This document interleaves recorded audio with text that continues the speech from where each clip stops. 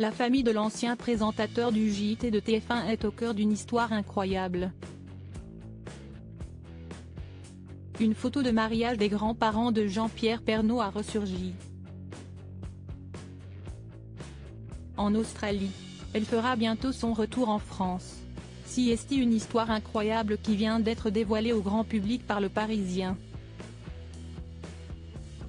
Une photo de mariage des grands-parents de Jean-Pierre Pernaut a été retrouvée à l'autre bout du monde. Si est en Australie que le fameux cliché de l'union entre Paul-Alfred Hector Pernot-Caron et Jeanne-Juliette Merchepeau a été retrouvé. Il s'agit des grands-parents paternels de Jean-Pierre Pernaut. Si est une cousine germaine du défunt présentateur, qui souhaite rester discrète, qui a formellement identifié la photo comme le précisent nos confrères. L'instantané date de novembre 1912 et a été pris à Albert, dans la Somme. Il aurait été trouvé dans des décombres en 1916 par un certain Sydney Stuart Smith, un soldat australien qui a fait le choix de le rapporter dans son pays. En faisant du rangement, sa petite fille, Gilles Bullard, a retrouvé le cliché ainsi que des lettres datant de 1961 destinées aux mères d'Amiens et d'Albert.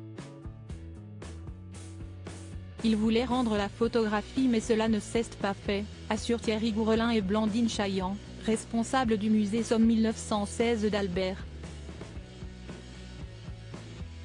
La photo de mariage bientôt de retour en France. Si est heureux que la petite fille de Sydney Stuart Smith s'est tournée afin de savoir qui figurait sur la photo.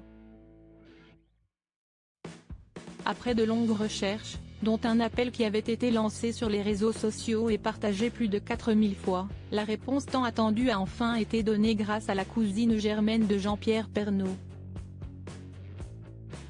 Gilles Bullard doit venir en France cet été. Elle tient à terminer la démarche de son grand-père. Si est vraiment incroyable, magnifique, ont ensuite précisé Thierry Gourelin et Blandine Chaillan. Paul-Alfred Hector Pernot-Caron était un industriel réputé dans les machines-outils, à Albert. Il a vu son activité bouleversée après que l'usine a été bombardée en 1914. L'entreprise avait alors été transférée à Amiens, ville où Jean-Pierre Pernaut est né. Nul doute qu'il aurait été touché par cette incroyable histoire.